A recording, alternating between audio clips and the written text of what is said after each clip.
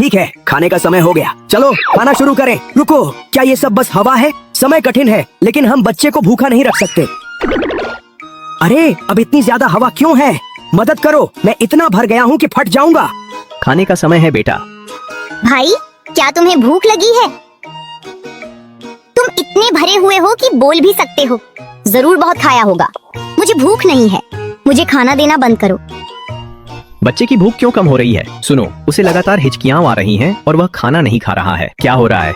शायद ये एरोफेजिया है। ये गंभीर नहीं है। अगली बार उसे धीरे धीरे खिलाओ और हल्की मालिश कर दो, वह ठीक हो जाएगा।